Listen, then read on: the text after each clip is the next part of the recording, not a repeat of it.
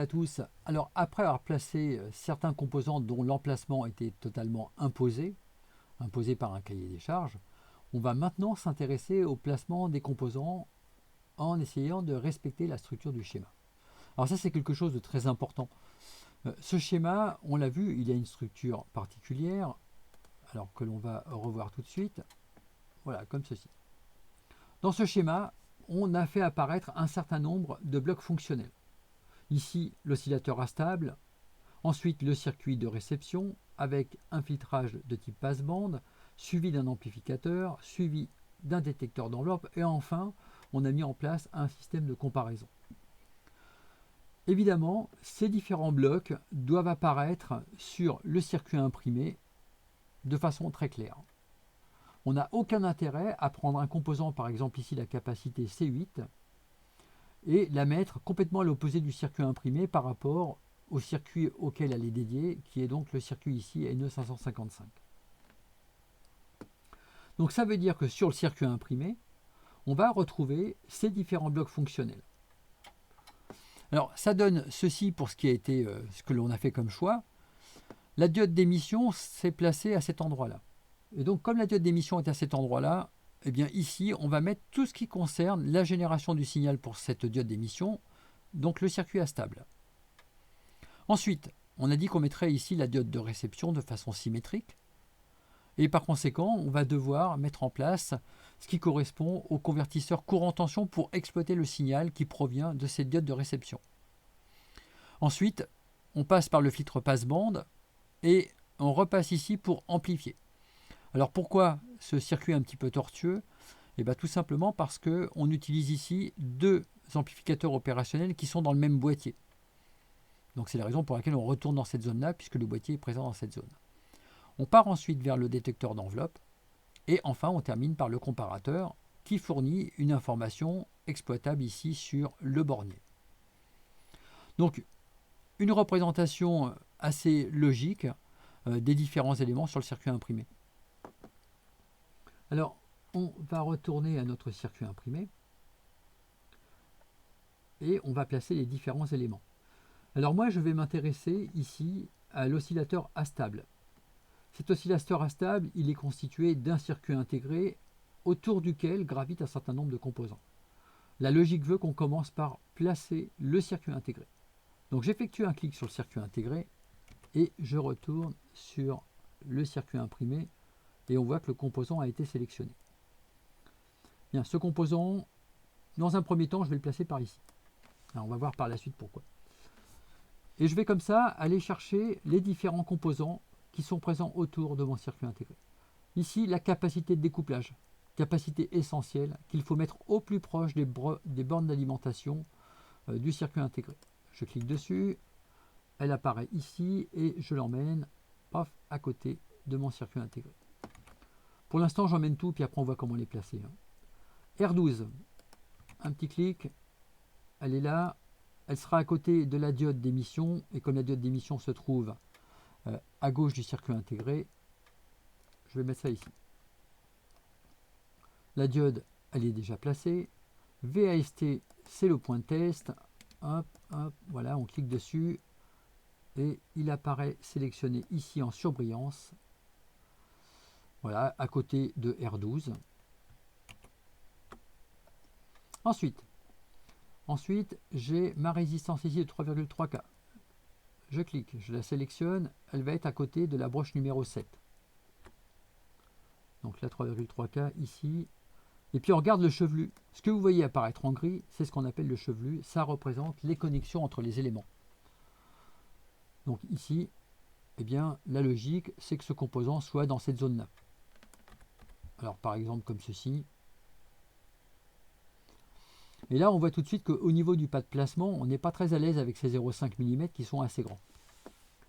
En plus, les différents composants qu'on est en train de placer ont été dessinés avec un pas qui n'est pas un pas métrique, mais un pas en pouces.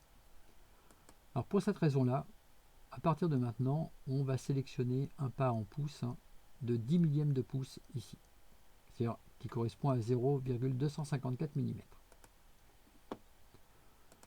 Bien, alors je replace mon circuit intégré, je replace la capacité de découplage. On a dit qu'il faut qu'elle soit très très proche des bornes d'alimentation ici. Voilà, donc un tout petit peu au-dessus. La résistance R8, on la positionne par rapport au VCC ici.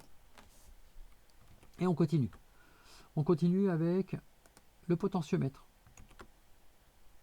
Voilà, il est sélectionné et on l'emmène dans cette zone-là. On va mettre ça à peu près là.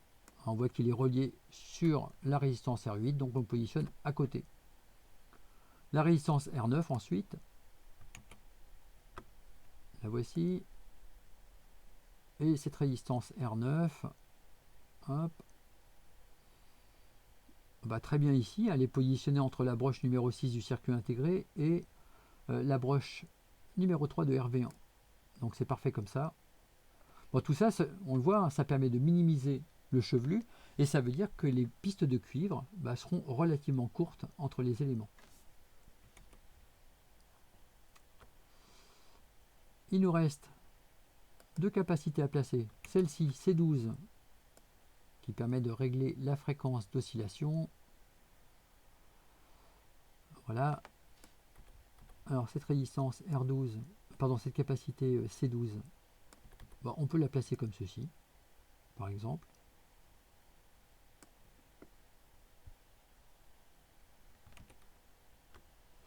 Et enfin C8,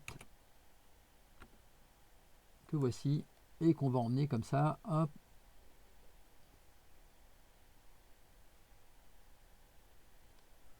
à l'endroit le plus propice. L'endroit le plus propice, hein, si on regarde bien, c'est celui-ci ou celui-là.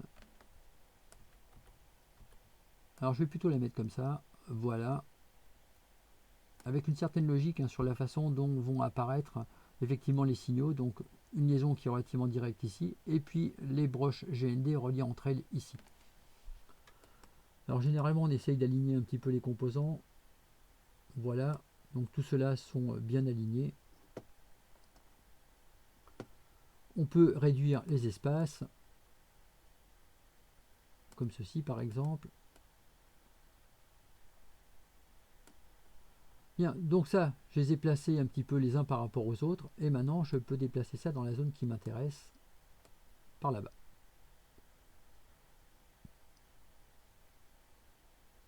Donc là je vois que je manque un petit peu de place. Eh bien on va resserrer un petit peu tout ça. Donc pour resserrer, d'abord on peut rapprocher ces éléments-là du circuit intégré. Comme ceci. Ensuite, le potentiomètre, on peut le ramener comme ceci. Là on peut imaginer gagner un petit peu de place en faisant tourner finalement la résistance R12. Donc comme ceci. On évite le fait qu'il y ait un élément qui soit par-dessus un autre. Voilà, comme ça.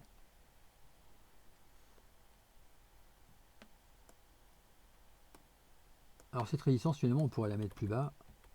Voilà, comme ceci. On est beaucoup mieux comme ça, hein. Et par conséquent, je peux déplacer tout ça par là-bas comme ceci. Et de proche en proche, on va utiliser l'espace convenablement.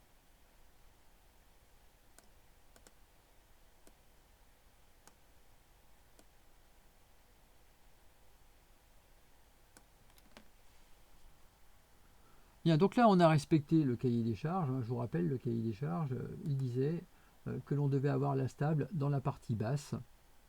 Donc c'est bon au niveau du respect du cahier des charges et surtout de la logique de placement par rapport aux autres éléments du schéma.